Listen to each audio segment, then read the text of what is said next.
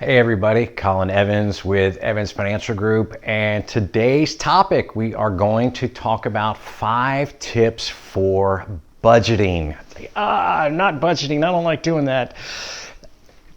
Although we might not like doing it, sometimes it really is necessary, especially when it comes to the world of retirement, financial planning, and saving, and putting the funds back for the future, for big ticket items, things of that nature. Sometimes budgeting is crucial and very, very critical. And we've got 5 tips that we really think could help you guys out and give you a little bit, hopefully a little nugget of information that you can take and use in your own personal lives. So let's kick this thing off. Number 1, budgeting begins with a simple step. And that first simple step is you've got to break everything down. You've got to figure out where you're spending, what is essential and what is non-essential costs in your life. We can kind of get caught up, in fast pace, and we end up with, it could be extra subscriptions on TV and the mail and things of that nature that we might end up not using, or use a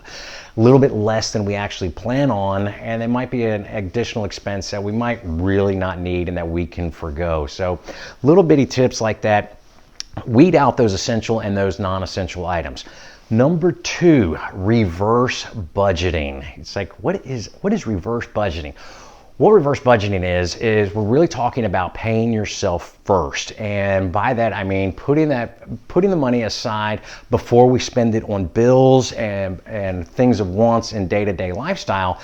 Because once we put the funds aside and we get it kind of out of place, out of mind, we really aren't thinking about it anymore. And what is a little bit of the beauty of these type things are specifically like employer-sponsored plans. When you look at something simple like a 401k, that automatically gets taken out of a check, which is a nice thing, and it makes it super, super easy for people to save and put those funds back because they don't see it. It's like we learn to live without it. It's already deducted, drafted. I don't have to pay attention to it, and I'm living on what's left over, and I'm truly paying myself first.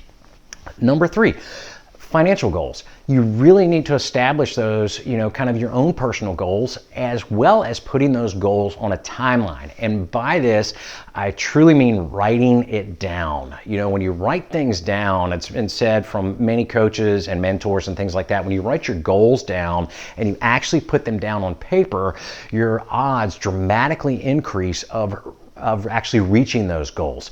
And it's important to, if you're not going to write them down, you really, really need to hone down and review. Look at your banking account statements and look back and see where you're spending money.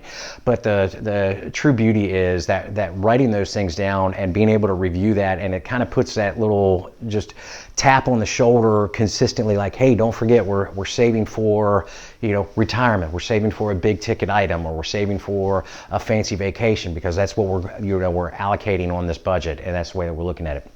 Number 4, financial behaviors. And in this little segment of financial behaviors, what we mean by that is the impulse. We are all guilty of this. I'm a big impulse, like, the shiny object or something, especially when it comes to marketing these days. And we know automatically, you might talk about a brand new phone or a brand new, outfit or sneakers or something like that. And then all of a sudden, those things are magically following us around on Facebook and Google.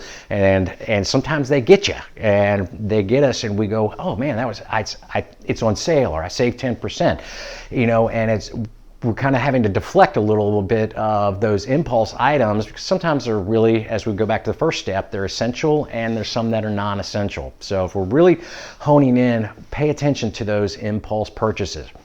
The last one, number 5, is tracking.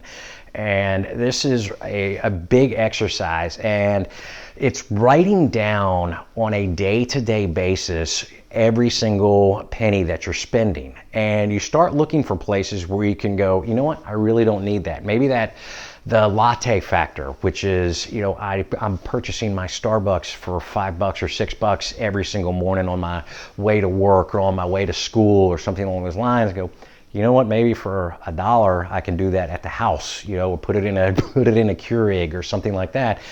And you really start to watch that, because you can start putting those funds aside and is this really a necessity from that? So pay attention to the tracking side of that. While it can seem monotonous, you can actually really pay attention and hone in on some of those things that you maybe have excessing spending that you might not actually even be thinking about. You know, in closing, paying attention to these 5 topics is really something that can get you with the day-to-day spending, those small habits and those little bitty incremental improvements magnify over a much greater period of time. It doesn't seem like a lot when you say, oh, well, I only save $5 today. Well, saving $5 today on a daily basis, that's $150 a month. We equate that out into 12 months. That's now $1,800 for the course of a year that we just saved, maybe by cutting out that cup of coffee that we're getting to go, or that extra latte or something along those lines, or the impulse items that we see at the last minute at the grocery store. Hopefully those 5 tips will help you. We just put on our website a link. I'm going to drop that link below that you can actually download a budgeting worksheet. It's about 3 pages. You can download it onto your smartphone, onto your computer, print it out at your leisure. You can fill it out. It's got some areas where you can track for your monthly. What did you estimate as those? And did you have a shortfall, or did you actually project a little bit over? And paying attention to that will help you break this down and give you just a little bit of guide. So click on that link below, download it, print it out. Let us know your thoughts in the comments. If you'd love to visit with one of our advisors, reach out to us. We'd love to hear from you. We can set that up via Zoom or even an in-person meeting in our office here in Shreveport, Louisiana. I'm Colin Evans with Evans Financial Group. Have a wonderful day.